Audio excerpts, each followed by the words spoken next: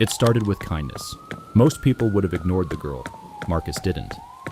And somewhere between one phone call and the moment she whispered, "I'm sorry," his entire life began to collapse.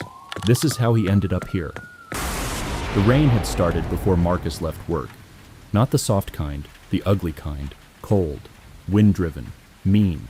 By the time he came down the subway stairs, the city already looked exhausted. Water streamed along the pavement in oily ribbons. Strangers moved quickly with their heads down, carrying the same expression New Yorkers always wore when life had disappointed them again. Marcus checked the train board. Delayed. Of course. He sighed and leaned against one of the concrete pillars near the platform. Around him, a man arguing into an AirPod, a woman rocking a crying baby, teenagers laughing too loudly, someone sleeping on a bench beneath a soaked blanket. Normal city chaos. Marcus pulled out his phone and checked his banking app again. $211. Rent due in 4 days. His boss had hinted at layoffs that morning. His ex-girlfriend had posted engagement photos 3 hours earlier, and somehow, despite being 32 years old, Marcus still felt like life was happening to other people first. The train still hadn't arrived. That's when he noticed her. A girl. Maybe 16, standing near the edge of the platform. Her hoodie was soaked through. Hair stuck to her face from the rain. She looked around nervously like someone trying not to panic in public. People ignored her. That part bothered Marcus later. How easy it was for everyone to ignore her. The girl approached a businessman first. "Excuse me," she said softly. "Can I please borrow your phone? My mom's in the hospital." The man walked past her without even slowing down. She tried another woman. Same result. A third person waved her away before she even finished speaking. Marcus watched her hesitate before approaching him. There was something strange about her eyes. Not manipulative, not threatening, just tired. Like life had already asked too much from her. "Please," she said. "I just need one call." Marcus looked around instinctively. Scam? Maybe. But she looked terrified. "What hospital?" he asked. "St. Vincent's." "Why don't you ask security?" "My phone died." She held it up, black screen. "My little brother's there alone." The train board beeped overhead. Another delay. Marcus stared at her for a moment. His mother used to say something when he was younger. The world becomes dangerous when good people decide to stop helping. Maybe that sentence was the reason he handed over the phone. 30 seconds, he said. The relief in her face looked genuine. Too genuine. "Thank you," she whispered. She turned slightly away and dialed a number quickly from memory. Marcus wasn't trying to listen, but he caught fragments. He said yes. Black jacket. Then silence. The girl froze. For a second, her shoulders dropped, like someone receiving terrible news. Then she quietly said, "I understand." She handed the phone back immediately. Too quickly. Their fingers brushed for half a second. Her hands were ice cold. Then she looked directly into Marcus's eyes and said something strange. "I'm sorry," and walked away. Marcus frowned. "Wait." But she disappeared into the moving crowd just as the train finally arrived. By the time Marcus boarded, he'd almost convinced himself the entire interaction meant nothing. Just another weird city moment. He forgot about her before midnight, until the next morning. Marcus woke to 23 missed calls. At first he thought someone had died. Then he saw the notifications. Unusual login detected. Password changed. Bank account locked. Transfer pending. His stomach dropped. He sat upright instantly. What the hell? He tried opening his banking app. Denied. Email? Locked. Credit card account? Locked. PayPal? Locked. His breathing sharpened. No, no, no, no, no. He called the bank immediately. After 40 minutes on hold, a woman finally answered. "Sir, we detected multiple access attempts overnight from several devices. What does that mean?" "It appears someone may have gained access to your personal credentials." "How?" "We're investigating." Marcus spent the next 6 hours in panic. By afternoon, his savings account had been drained, his credit cards maxed, a loan application filed in his name, and someone had attempted to lease a car using his identity. His apartment management company emailed him around 3 p.m. Apparently, he had submitted a notice claiming he planned to terminate his lease early. Marcus sat frozen at his kitchen table staring at the wall. It didn't feel real. It felt cinematic, like something happening to someone else. Then he remembered the girl, the phone, the call, the apology. His blood ran cold. The police station smelled like coffee and wet jackets. The detective listening to Marcus's story looked exhausted. You handed a stranger your unlocked phone? She needed help. The detective rubbed his forehead slowly.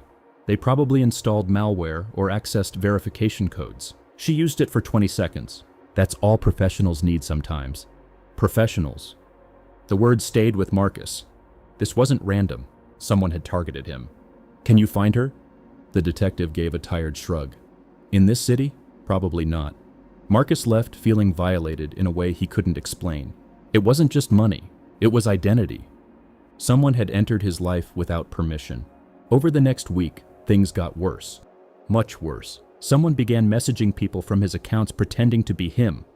Old friends, co-workers, and even his mother. His boss called him into the office Friday morning. There are concerns. What concerns? Some unusual online activity. Marcus stared blankly. You think this was me? I don't know what to think. By Monday, he was suspended pending investigation. Marcus stopped sleeping properly after that. Every notification triggered anxiety. Every unknown number felt dangerous. And every night he thought about the girl's face, especially those final words. I'm sorry. Not smug, not mocking, regretful. That was the part that haunted him. 2 weeks later, Marcus saw her again. Completely by accident, he was walking out of a grocery store in Queens when he spotted her across the street. Same hoodie, same nervous walk. Marcus reacted instantly. Hey! The girl looked up. Panic exploded across her face. Then she ran. Marcus chased her through traffic without thinking. People shouted. Cars honked. The girl sprinted into an alley behind a laundromat before finally stopping, breathless. Marcus grabbed her sleeve. Who are you?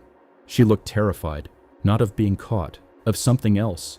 Please let go of me. You ruined my life. I know. You know? Tears filled her eyes instantly. I didn't want to. Marcus froze. That answer wasn't rehearsed. It sounded broken. What are you talking about? The girl looked around the alley nervously. Then she whispered, They said they'd kill my brother. Marcus felt his anger stumble. What? I had to do it. Who? She shook her head violently.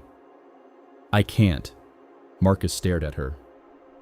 Up close, she looked younger than he remembered. Just a kid. Start talking. Her name was Lily, 17 years old. Her younger brother, Owen, had severe asthma. 3 months earlier, he'd been kidnapped walking home from school. Not officially kidnapped. There was no ransom note, no masked men, just a message sent to Lily's phone that night. A video of Owen crying in a dark room. Underneath it, do exactly what we say. At first, they only asked for small things. Take photos of strangers' phones in coffee shops. Watch ATM pins. Deliver packages. Then bigger things. Approach targets. Borrow phones. Read verification texts. Install hidden access links. Every refusal resulted in another video of Owen. Hungry. Bruised. Terrified. Marcus listened in silence. Rainwater dripped somewhere deeper in the alley. You could have gone to the police. They said they had cops working for them. You expect me to believe this? They knew where I lived. She reached into her pocket with trembling hands and pulled out an inhaler. Owens, she whispered. Marcus stared at it. He needs this every day. Her voice cracked completely. They only let me see him once. Marcus felt something ugly shift inside him. Because suddenly this wasn't simple anymore. The villain standing in front of him looked like a frightened teenager. You destroyed my life. I know. Do you know what they took from me? Tears rolled down her face. I'm sorry. And somehow, Marcus believed her. That was the worst part. He believed her. Lily explained that the cybercrime group targeted emotionally vulnerable people. People in debt, lonely people, distracted people likely to help strangers. Marcus fit the profile perfectly. They watched you for 3 days, Lily admitted quietly. A chill moved through him. What? They knew where you worked. Marcus felt physically sick. The subway wasn't random? She shook her head. No. The realization hollowed him out. He had not been unlucky. He had been selected. Marcus should have walked away after that. Any sane person would have. Instead, he asked, "Where is your brother?" Lily looked horrified. "No." "I can help." "No, you don't understand these people." But Marcus already understood something important. Nobody else was helping her. Not really. And once you know someone is drowning, walking away becomes harder than getting involved. 3 nights later, Marcus followed Lily into Brooklyn. The warehouse sat near the river, surrounded by rusted fencing and dead machinery. Marcus's heart pounded violently. "This is insane," he whispered. Lily looked pale. "They move locations sometimes." "You've been here before?" She nodded once. Marcus suddenly realized how terrifying her life must have become. Not dramatic fear, constant fear. The kind that slowly rewires your nervous system. They waited in a parked car across the street. A black SUV eventually pulled up outside the warehouse. 2 men exited. Then another figure, small, thin, a child. Owen. Marcus saw the inhaler in the boy's hand immediately. Alive. Lily started crying silently. "We need police," Marcus whispered. "No police. They'll kill him before anyone gets inside." Marcus watched the men disappear back into the building with Owen. Then he noticed something else. Cameras. Security everywhere. This operation was bigger than he imagined.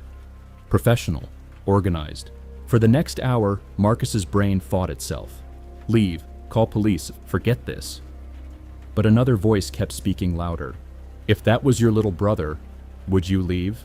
At 1:12 a.m., Marcus made a terrible decision. The kind of decision ordinary people make before extraordinary disasters. He got out of the car. "Marcus," said Lily, "stay here. You'll die." Probably. He crossed the street before fear could stop him. The side entrance wasn't locked. Inside smelled like damp concrete and cigarettes. Voices echoed somewhere upstairs. Marcus moved quietly through darkness until he heard coughing. Child-sized coughing. He followed the sound into a storage room. Owen sat on a mattress beneath a hanging light bulb. The boy looked up instantly, terrified. Marcus crouched slowly. "I'm a friend of your sister." The boy's lip trembled. "Lily? She's here." Before Owen could answer, footsteps thundered above them. Marcus's pulse exploded. Too late. A man appeared in the doorway, large, bald, expressionless. For one frozen second, nobody moved. Then the man sighed. Actually sighed. Like this was inconvenient. Marcus grabbed Owen instinctively. The man stepped forward calmly. "You people always think you're heroes." Marcus swung a metal pipe blindly. It connected.